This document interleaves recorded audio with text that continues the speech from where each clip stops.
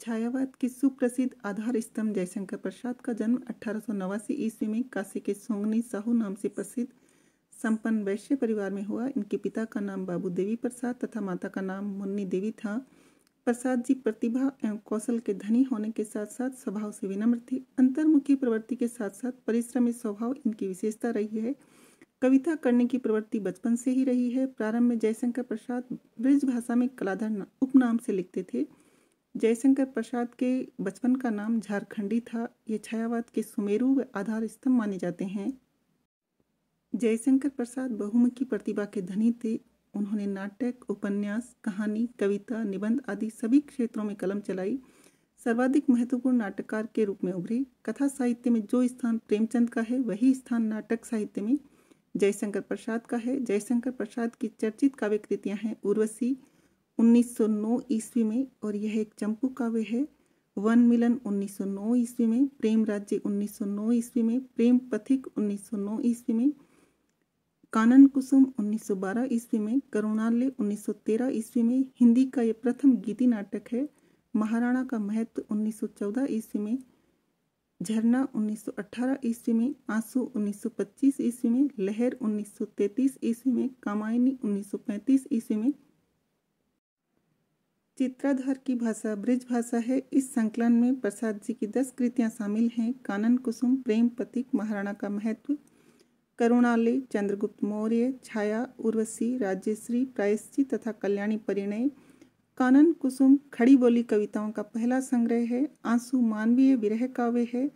यह सखी छंद में रचित है। आंसू को हिंदी का मेघदूत भी कहा जाता है। झरना को छायावाद की प्रथम प्रयोगशाला कहा जाता है। लहर प्रसाद जी के प्रगीतों का उत्कृष्ट संकलन है। इस संकलन में बीती विभावरी जागरी, शेर सिंह का शस्त्र समर्पण, पेशोला की प्रतिध्वनियाँ, ले चल मुझे बुलावा देकर, प्रलय की छाया आदि चर्चित कविताएं संकलित हैं।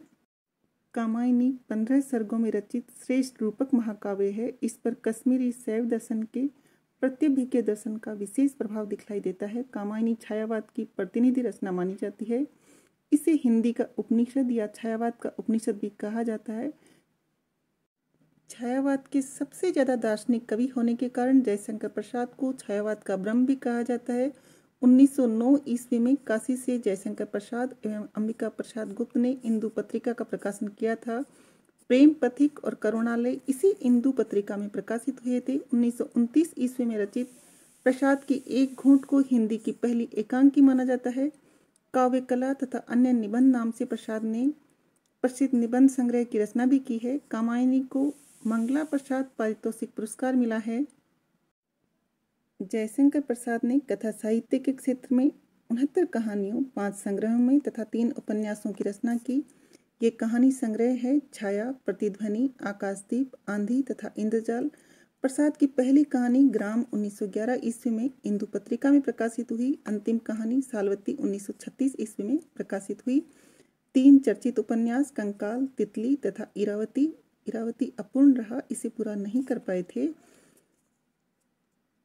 नाटककार के रूप में प्रसाद जी का नाम सर्वोपरि है। इनके चर्चित नाटकों में सज्जन, कल्याणी परिणय, प्रायश्चित, करुणालय, राज्यश्री, विशाख, अजातशत्रु, जन्मेजय का नागयज्ञ, कामना, स्कंदगुप्त, एक घूंट, चंद्रगुप्त, ध्रुव स्वामिनी अंतिम नाटक है ध्रुव स्वामिनी। आचार्य रामचंद्र शुक्ल ने इन्हें मधुचर्या का कवि कहा है। जयशंकर प्रसाद द्वारा रचित कहानी ममता। रोहतास दुर्ग के प्रकोष्ठ में बैठी हुई युवती ममता शौण के तीक्ष्ण गंभीर प्रभाव को देख रही थी। ममता विधवा थी। उसका यौन शौण के समान ही उमड़ रहा था। मन में वेदना, मस्तक में आंधी, आंखों में पानी की बरसात लिए वह सुख के कंटक शयन में विकल थी। वह रोहतास दुर्गपति के मंत्री चूड़ामणि की अकेली दुहिता थी। फिर उसके लिए कुछ अभाव होना असंभव था, परंतु वह विधवा थी। हिंदू विधवा संसार में सबसे तुच्छ और निराश्रय प्राणी है। तब उसकी विडंबना का कहाँ अंत था। चूड़ामणि ने चुपचाप उसके प्रकोष्ठ में प्रवेश किया। सोन के प्रवाह में, उसके कलनाद में अपना जीवन मिलाने में वह बेसुध थी। पिता का आना न जान सकी। चूड़ामणि व्यथित हो उठे। स्नेह पालिता पुत्री के लिए क्या करे, ये स्थिर न कर सकते थे। लौट कर बाहर चले गए। ऐसा प्राय होता, पर आज मंत्री के मन में बड़ी दुश्चिंता थी। पैर सीधे न पड़ते थे। एक पहर बीत जाने पर वे फिर ममता के पास आए। उस समय उनके पीछे 10 सेवक चांदी के बड़े थालों में कुछ लिए हुए खड़े थे। कितने ही मनुष्यों के पद शब्द सुन ममता ने घूम कर देखा। मंत्री ने सब थालों को रखने का संकेत किया। अनुचर थाल रखकर चले गए। ममता ने पूछा, यह क्या है पिताजी? तेरे लिए बेटी, उपहार है, कहकर चूड़ामणि ने उसका आवरण उलट दिया। स्वर्ण का पीलापन उस सुनहली संध्या में विकीर्ण होने लगा। ममता चौंक उठी। इतना स्वर्ण, यह कहाँ से आया? चुप रहो ममता, यह तुम्हारे लिए है। तो क्या आपने मलेच्छ का उत्कोच स्वीकार कर लिया? पिताजी, यह अनर्थ है, अर्थ नहीं, लौटा दीजिए। पिताजी, हम लोग ब्राह्मण हैं, इतना सोना लेकर क्या करेंगे?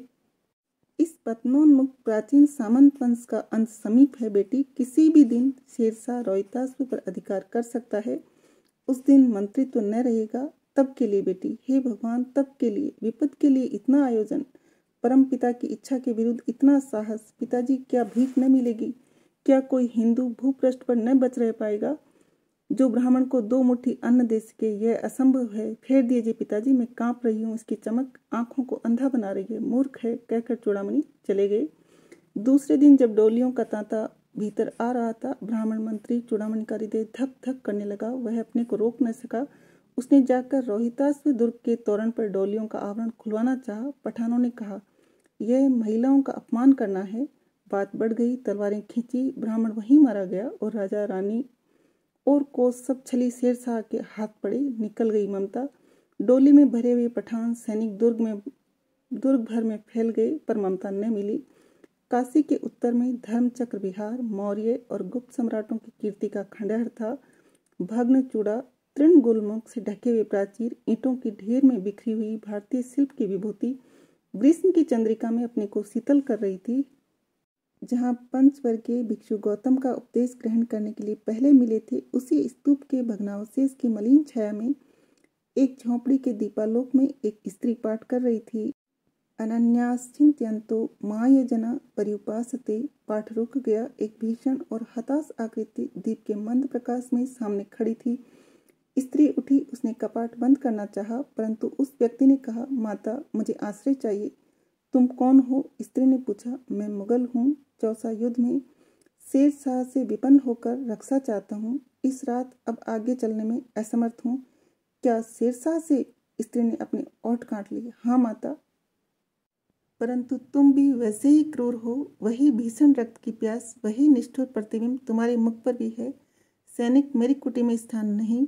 जाओ, कहीं दूसरा आश्रय खोज लो। गला सूख रहा है, साथ छूट गए हैं, अश्व गिर पड़ा है, इतना थका हुआ हूँ, इतना। कहते कहते वह व्यक्ति थम से बैठ गया और उसके सामने ब्रह्मांड घूमने लगा। स्त्री ने सोचा, यह विपत्ति कहाँ से आई? उसने जल दिया, मुगल के प्राणों की रक्षा हुई। वह सोचने लगी, यह सब विधर्मी दया के पात्र नहीं, मेरे पिता का वध करने वाले आतताई। घृणा से उसका मन विरक्त हो उठा। स्वस्थ होकर मुगल ने कहा, माता, तो फिर मैं चला जाऊं? स्त्री विचार कर रही थी, मैं ब्राह्मणी हूँ, मुझे तो अपने धर्म अतिथि देव की उपासना का पालन करना चाहिए, परंतु यहाँ नहीं नहीं, यह सब विधर्मी दया के पात्र नहीं। परंतु यह दया तो नहीं, कर्तव्य करना है। तब मुगल अपनी तलवार टेक कर खड़ा हुआ। ममता ने कहा, क्या आश्चर्य है कि तुम भी छल करो। ठहरो। छल नहीं, तब नहीं। स्त्री, जाता हूँ। तैमूर का वंशधर स्त्री से छल करेगा? जाता हूँ, भाग्य का खेल है। ममता ने मन में कहा, यहाँ कौन दुर्ग है? यही झोंपड़ी, न जो चाहे ले लो, मुझे तो अपना कर्तव्य करना पड़ेगा। वह बाहर चली आई और मुगल से बोली, जाओ भीतर, थके हुए भयभीत पथिक, तुम चाहे कोई भी हो, मैं तुम्हें आश्रय देती हूँ।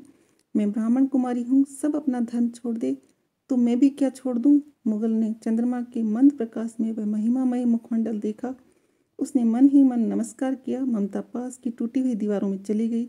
भीतर थके पथिक ने झोंपड़ी में विश्राम किया। प्रभात में खंडहर की संधि से ममता ने देखा, सैकड़ों अश्वारोही उस प्रांत में घूम रहे हैं। वह अपनी मूर्खता पर अपने को कोसने लगी। अब उस झोंपड़ी से निकलकर उस पथिक ने कहा, मिर्जा, मैं यहाँ हूँ। सब सुनते ही प्रसन्नता की चित्कार ध्वनि से वह प्रांत गूंज उठा। ममता अधिक भयभीत हुई। पथिक ने कहा, वह स्त्री कहाँ है? उसे खोज निकालो। ममता छिपने के लिए अधिक सचेष्ट हुई। वह मृगदाव में चली गई। दिन भर उसमें से न तो निकली। संध्या में जब उन लोगों के जाने का उपक्रम हुआ तो ममता ने सुना, पथिक घोड़े पर सवार होते हुए कह रहा है, मिर्जा, उस स्त्री को मैं कुछ दे न सका, उसका घर बना देना, क्योंकि मैंने विपत्ति में यहाँ विश्राम पाया था, यह स्थान भूलना मत। इसके बाद वह चले गए। चौसा के मुगल पठान युद्ध को बहुत दिन बीत गए। ममता अब 70 वर्ष की वृद्धा है। वह अपनी झोंपड़ी में एक दिन पड़ी थी। शीतकाल का प्रभात था। उसका जीर्ण कंकाल खांसी से गूंज रहा था। ममता की सेवा के लिए गांव की 2-3 स्त्रियां उसे घेर कर बैठी थी, क्योंकि वह आजीवन सबके सुख दुख की सहभागिनी रही। ममता ने जल पीना चाहा। एक स्त्री ने सीपी से जल पिलाया। सहसा एक अश्वारोही उसी झोंपड़ी के द्वार पर दिखाई पड़ा। वह अपनी धुन में कहने लगा, मिर्जा ने जो चित्र बना कर दिया है वह तो इसी जगह का होना चाहिए। वह बुढ़िया मर गई होगी। अब किससे पूछूं कि एक दिन शहंशाह हुमायूं इस छप्पर के नीचे बैठे थे। ये घटना भी तो 47 वर्ष से ऊपर की हुई। ममता ने अपने विकल कानों में सुना। उसने पास की स्त्री से कहा, उसे बुलाओ। अश्वारोही पास आया। ममता ने रुक रुक कर कहा, मैं नहीं जानती कि वह शहंशाह था या साधारण मुगल, पर एक दिन इसी झोंपड़ी के नीचे वह रहा। मैंने सुना था कि वह मेरा घर बनवाने की आज्ञा दे चुका था। भगवान ने सुन लिया। मैं आज इसे छोड़े जाती हूँ। अब तुम इसका मकान बनाओ या महल। मैं अपने चिर विश्राम गृह में जाती हूँ।